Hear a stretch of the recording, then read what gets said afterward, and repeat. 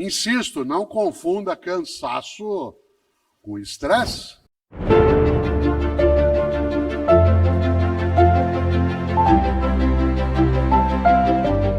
A palavra graça, né, no latim, que é gracia, né, escreve com T, gratia, gracia significa aquilo que é protegido, que é cuidado, que é abençoado.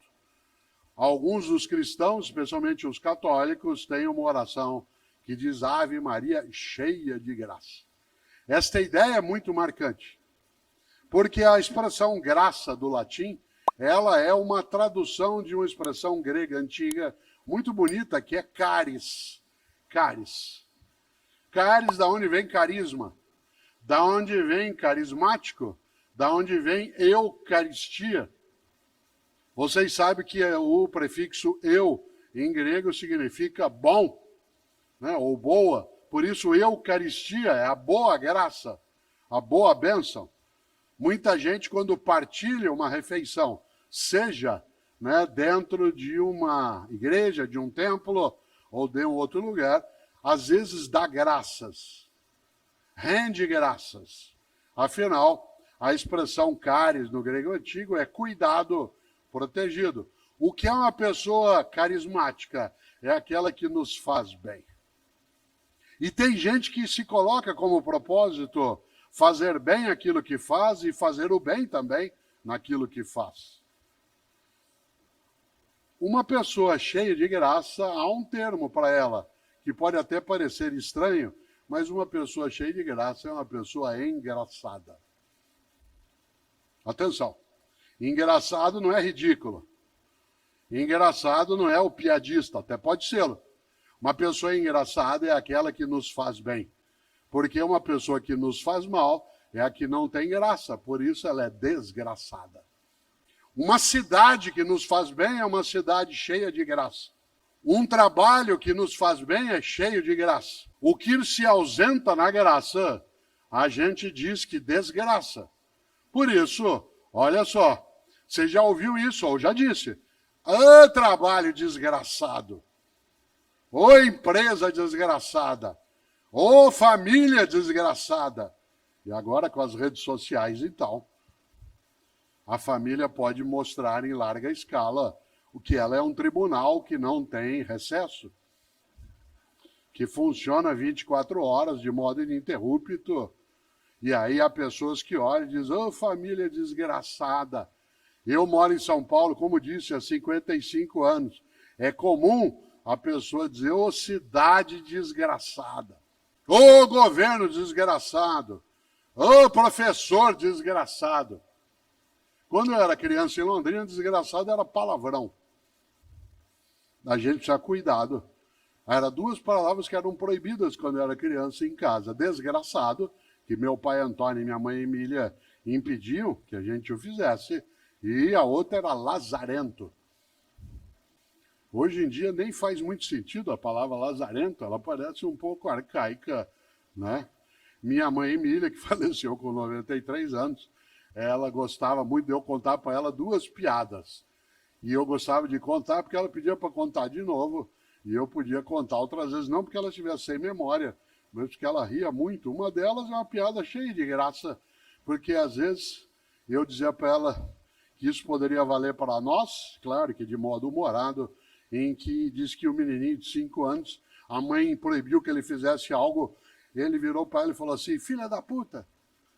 Ela falou, quem que é filha da puta? Ele falou, eu.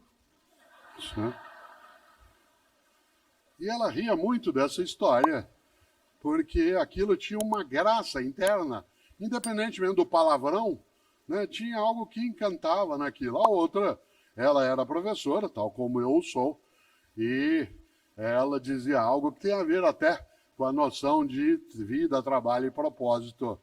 Ela disse que a mãe, 6 da manhã, foi lá acordar o filho e falou, filho, acorda, está na hora de você levantar, você tem que ir para a escola. Ai, não, mãe, deixa eu ficar na cama. Filho, levanta, por favor. Você tem que ir para a escola. Ah, mãe, não quero ir, deixa eu dormir. Eu não aguento aqueles meninos, não aguento aquelas professoras. Filho, você tem que levantar, filho. Você é o diretor da escola. O tema, por que fazemos o que fazemos, nos lembra algo no ponto de partida, que é segunda-feira, 6 da manhã, toca o teu despertador. Você quer dormir mais um pouco? É só cansaço. Você não quer levantar de jeito nenhum. É estresse. Qual é a diferença entre cansaço e estresse? Cansaço resulta de um esforço intenso. Estresse resulta de um esforço sem sentido. Uma vida estressante é aquela em que você não enxerga o propósito.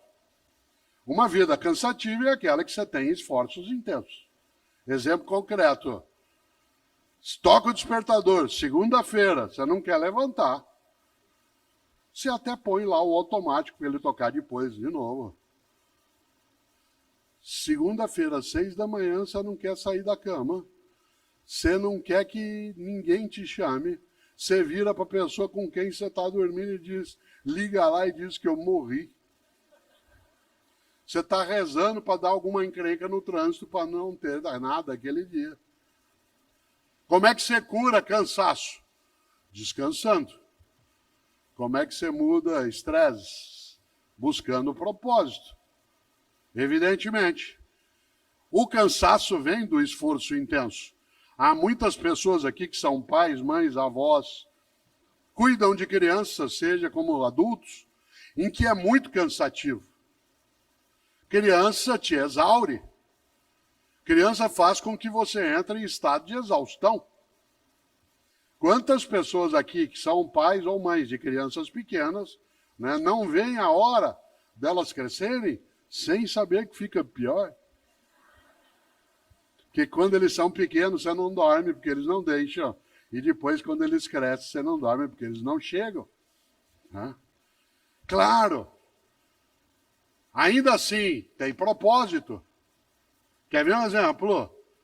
Uma mãe, isso mais na costa feminina, 2/3 do trabalho que é feito no mundo para a humanidade ficar viva é feita por mulheres, o trabalho.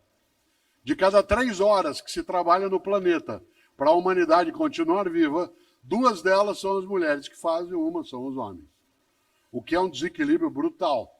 O que leva uma parte das mulheres a estarem ainda mais cansadas, mas não necessariamente estressadas.